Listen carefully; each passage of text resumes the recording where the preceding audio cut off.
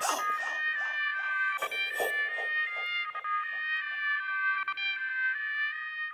everyone, it is Achia here, Booking It with Achia, and today I'm excited to come to you with my TBR for gay shit as a co-host. Super excited. This is the first year that this readathon is happening. It's being hosted by Coda of Your Booktube Bestie. And yeah, big shout out to Coda for asking me to be a co-host. And I'm excited. I have 15 priority books. So I have like a longer list, of course, because I'm me, of books that I want to get to that are all queer across all different types of genres and age ranges. And I was not about to sit down and film that video because it's a lot of titles that I plan on pulling from during the month, but these are the 15 books that are my priority.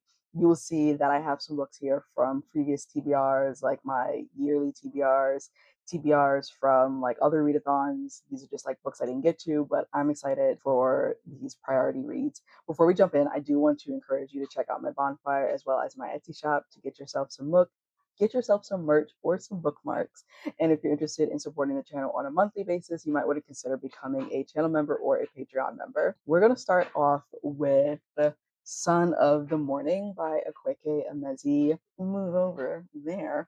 And this is a standalone adult romantasy. And I have like my notes down here, which is why I'm going to be looking down for part of this video. So it says Galilee Kincaid has spent her life with a feeling that something about her existence doesn't quite make sense. She's been raised by the powerful Kincaid women in the black southern town of Salvation, and she's always sensed that a secret lies at the center of who she is. When she meets Lucifer Hillel, who is posing as security for her friend Aricka's family, both immediately recognize that the other is far from human.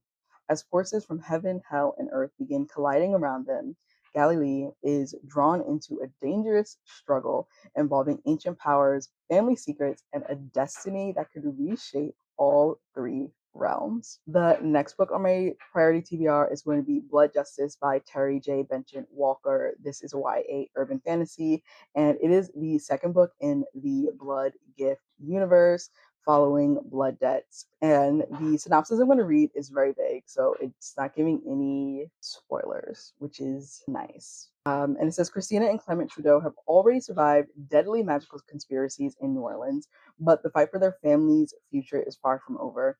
As rival magical families continue battling for power, the twins must navigate dangerous alliances, long buried secrets, and the consequences of choices made by previous generations. Alongside their friends and loved ones, they confront threats that could reshape the entire generational magic community. Blood Justice continues the Trudeau family struggle against corruption, injustice, and cycles of violence while exploring love, loyalty, and legacy. Then we have To Ride a Rising Storm by Moniquill Blackgoose. This is a YA Indigenous steampunk fantasy and is the second book in the Napeshewisit trilogy. After surviving her first year at, and this is another one where the synopsis is like doesn't give anything away from the first book. After surviving her first year at Cooper's Academy, Anakuz returns home to Massapog with her dragon, Kasakwa. Instead of the peaceful summer she expected, she finds her homeland increasingly affected by English influence, brought in part by the attention surrounding her and her dragon. Determined to defend her people's right to govern themselves and preserve their traditions, Anakuz becomes involved in a growing political conflict that threatens to erupt into something much larger. As tension escalates, she must decide how far she's willing to go for her community and its future. Then we have, funny enough, another sequel, another second book in a series, and it is The Faithless by C.L. Clarke. This is an adult fantasy, and it's the second book in the Magic of the Lost trilogy. After the events of the Unbroken, Terrain finds herself torn between competing loyalties as war threatens the Empire of Ballader and the people of Quazal. Luca, on the other hand, struggles to maintain power while facing growing opposition from every side, separated by politics, ideology, and personal history. The two women pursue different visions for the future of their nations. As rebellions spread and alliances fracture, Terrain and Luca must decide what they are willing to sacrifice for freedom, justice, and each other. Then we have Isaac's Song by Daniel Black. I'm super excited to get to this one. One, because I love this author's other book, Don't Cry For Me, which is actually, well, I'll get to that, but it's the companion novel to this book, and it came out first. It's about the main character's father. But I'm also excited because this is one of my 12 books by 12 friends, or like 12 book rights by 12 friends. And funny enough, this is the book that Coda recommended me. So it just seemed super fitting. And this is an adult literary historical fiction, as I said, a companion novel to Don't Cry for Me. Isaac Swinton has spent much of his life carrying the weight of rejection, violence, and expectations placed upon him as a Black gay man in the South, determined to build a life on his own terms. He leaves behind the limitations of his upbringing and searches for community, purpose, and love. Along the way, Isaac forms deep relationships that help him confront old wounds while imagining new possibilities for himself. Told across decades, Isaac's song traces his journey towards self acceptance, healing, and belonging. Then we have a nonfiction, both and essays by trans and gender nonconforming writers of color, edited by Denne, Michele, Norris. This anthology brings together essays from trans and gender nonconforming writers of color, reflecting on identity, community, family, creativity, and survival. Also, if you hear something in the background, I do have my dryer going. Contributors examine the complexities of living at the intersection of race, gender, sexuality, and culture while resisting pressures to simplify or compartmentalize themselves. Through personal stories and cultural analysis, both and explores what it means to embrace multiplicity in a world that often demands certainty. And the essays celebrate the richness and diversity of trans experiences. Then we have a romance, Where There's Smoke by Aricka Alexander. This is an adult contemporary sapphic romance. Phoenix Fee Preston becomes the first female firefighter in Tucker, Louisiana, following in the footsteps of her grandfather who raised her. After his death, she leaves town only to return and have a chance encounter with a beautiful stranger who leaves a lasting impression, and whose strawberry shortcake is nearly as memorable as her smile. A year later, Fee discovers that the woman, Angel Savoy, has moved to Tucker to take over her late grandmother's bakery. As Angel settles into small town life and Fee finds herself determined to make her smile, the two women begin building a connection while navigating grief, healing, and new beginnings. Then we have another adult contemporary sapphic romance, and that is Off Script by Ava Freeman. Roxanne Cruz has a Tony Award winning career but is struggling with writer's block and fears she may never recreate her past successes. Arabelle James is a high powered publicist with a spotless professional reputation and little interest in romance. After a chance ride share leads to late night conversations and undeniable chemistry, the women begin, developing feelings neither expected. Their connection becomes even more complicated when Arabelle starts working with Roxanne professionally and finds herself promoting a fake celebrity romance that threatens to keep them apart. We have Idle Minds by K.T. Salvo. This is an adult contemporary gay romance and is the first book in the Idol Romance Interconnected standalone series. Former teen idol and award-winning actor Jason Park was once Hollywood's golden boy, but a highly publicized on-set outburst derailed his career and pushed him out of the spotlight. Meanwhile, Woo Tae-hyun, the singer, dancer, and leader of K-pop supergroup XTZ, is trying to rebuild his career after a conflict within the group led him to step away from music. When a project neither man wants forces them to work together, their initial reluctance quickly gives way to undeniable attraction.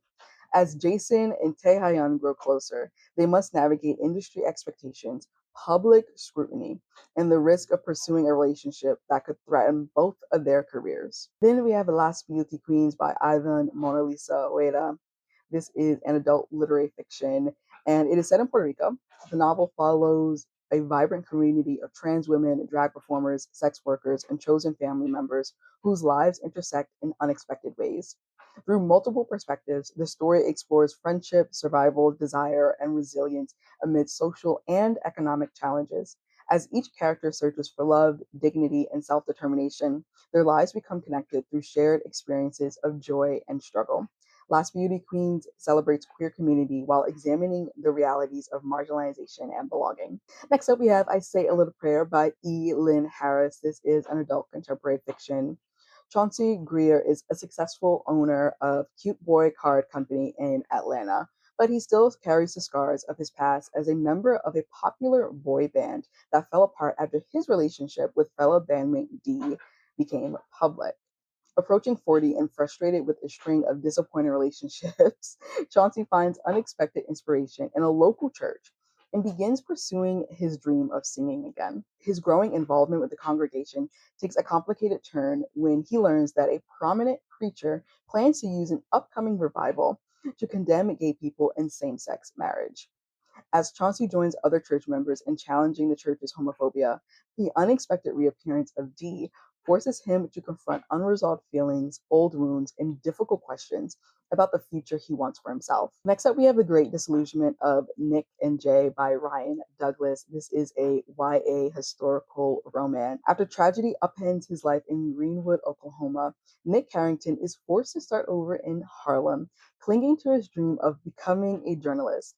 His acceptance to the prestigious West Egg Academy seems like a chance to pursue that future, but the supposedly progressive school proves to be just as riddled with prejudice as the places he left behind. As Nick develops feelings for Jay Gatsby Jr., the charismatic and rebellious son of the school's founder, he becomes increasingly aware of the inequalities and secrets hidden beneath West Egg's polished reputation.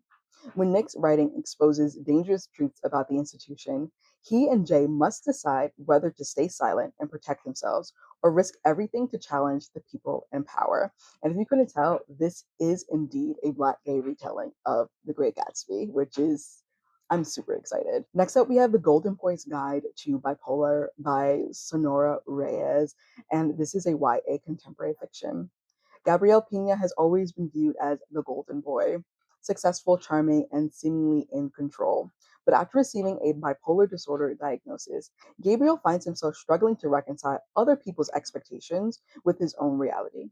As he navigates treatment, relationships, and shifting perceptions of himself, he begins learning that vulnerability may be more valuable than perfection. The Golden Boy's Guide to Bipolar explores mental health, family identity, and self-acceptance through Gabriel's journey. Next up, we have Love Makes Mochi by Stefany Valentine. This is a YA contemporary romance, and it's the third book in an interconnected series called Love in Translation. Lynn Jiang is spending the summer in Tokyo apprenticing under the legendary tailor Mrs. Matsumoto, hoping to earn the recommendation that could help her get into her dream fashion school. When she's assigned the daunting task of designing an entire clothing collection in just a few weeks, Leland struggles to combine her signature goth style with traditional Japanese fashion. Luckily, Mrs. Matsumoto's rebellious, tattooed, rainbow-haired daughter, Yua, offers to help, and the two quickly grow closer as they explore the city together. As Leland navigates mounting creative pressure and unexpected romantic feelings, she must decide how to stay true to herself while pursuing both her fashion dreams and a chance at love. And the last book on this TBR is going to be The Prophets by Robert Jones Jr. This is a standalone historical literary fiction on a Mississippi plantation known as Empty. Samuel and Isaiah have found solace and love in one another despite the brutal realities of enslavement. Their bond provides a rare source of hope and humanity in a world built on violence and dehumanization.